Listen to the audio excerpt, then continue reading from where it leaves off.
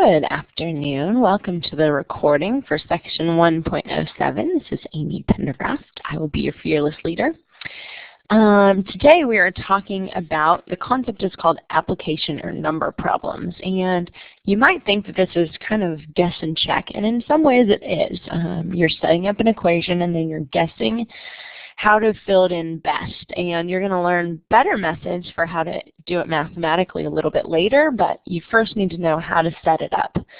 So a lot of the problems talk about consecutive integers, and a consecutive integer is something like 2 or 3 or 4 or 5. They're numbers. Integers are the set of numbers from negative numbers, including 0, all the way to positive numbers.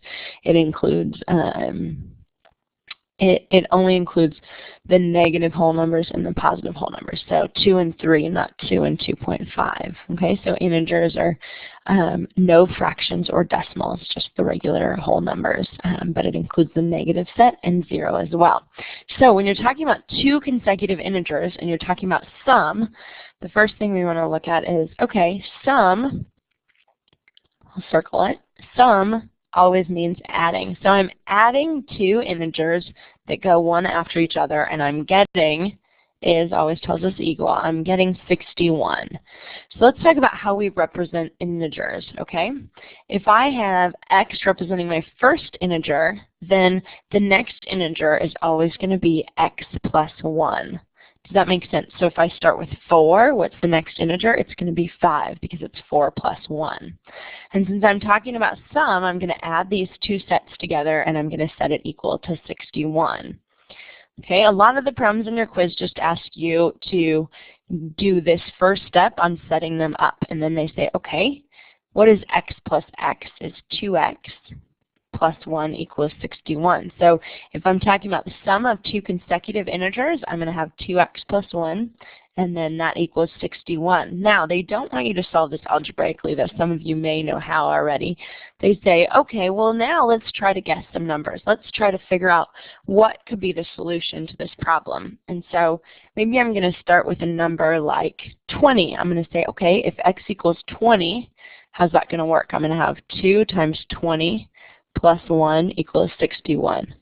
Well, that would be 40 plus 1. So I would have 41, and that does not equal 61, and it's way too small, so I want to pick a bigger number. So maybe this time I'm going to try x equals 30.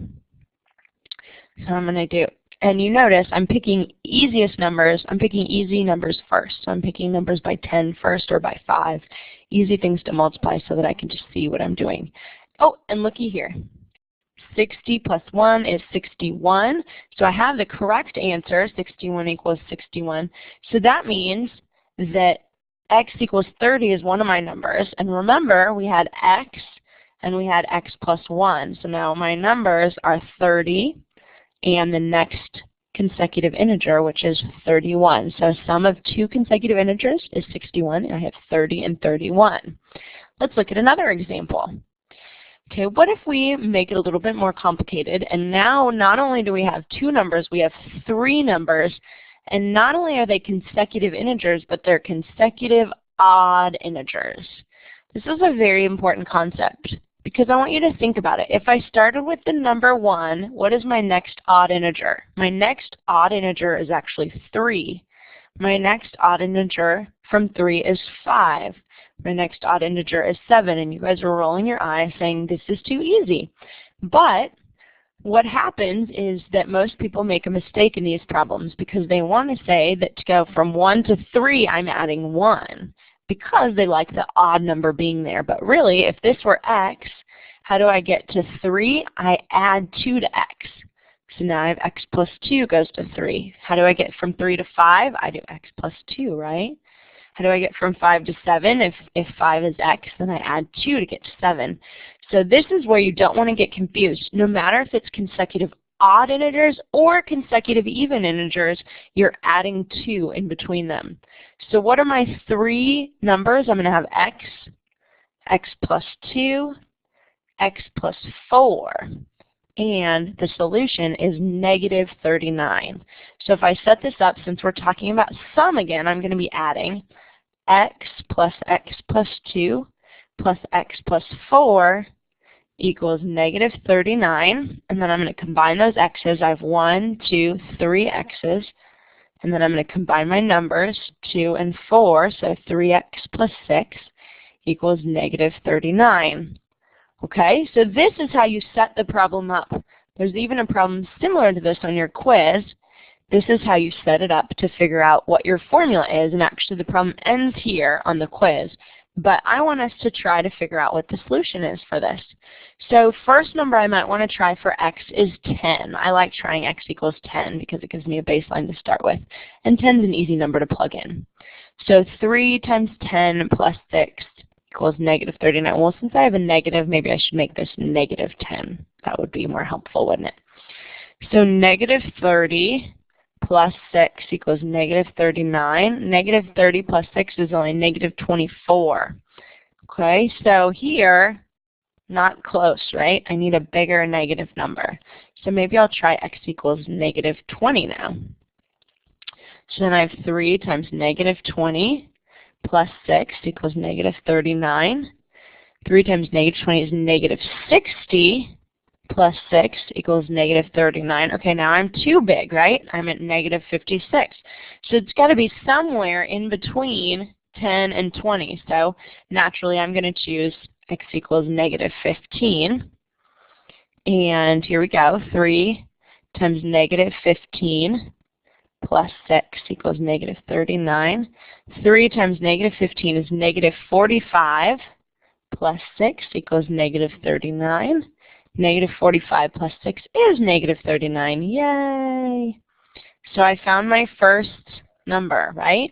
So my first number is negative 15. Now remember, to get my 3 consecutive odd integers, what is the next number up? If I add 2 to this, it's actually negative 13. If I add 2 more, it's negative 11.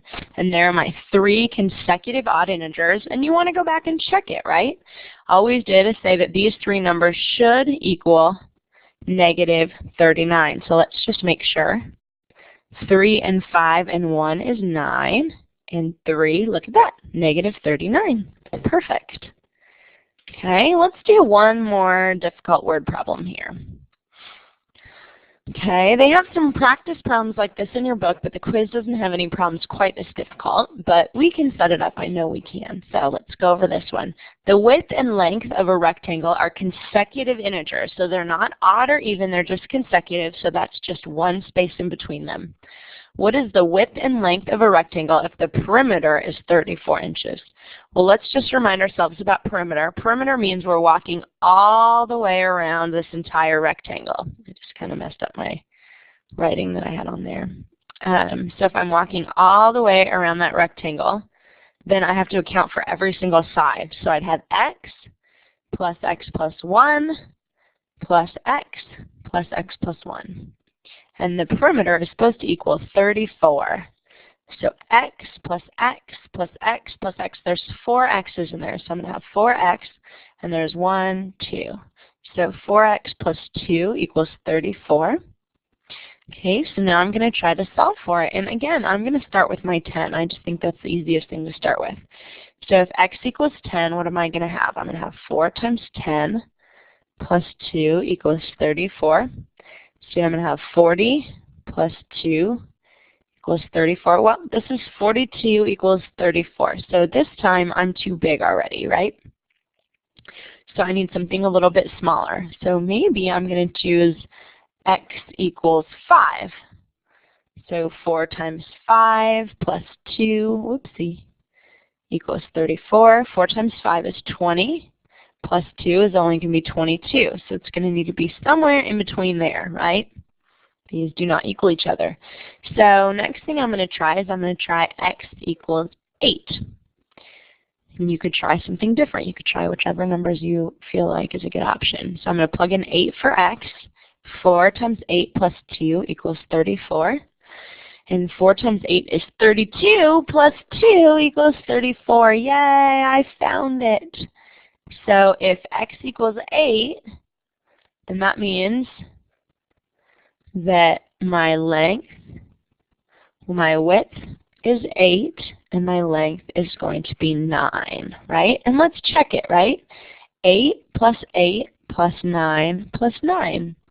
8 and 8 is 16, 9 and 9 is 18. 16 plus 18 is 34. Yay!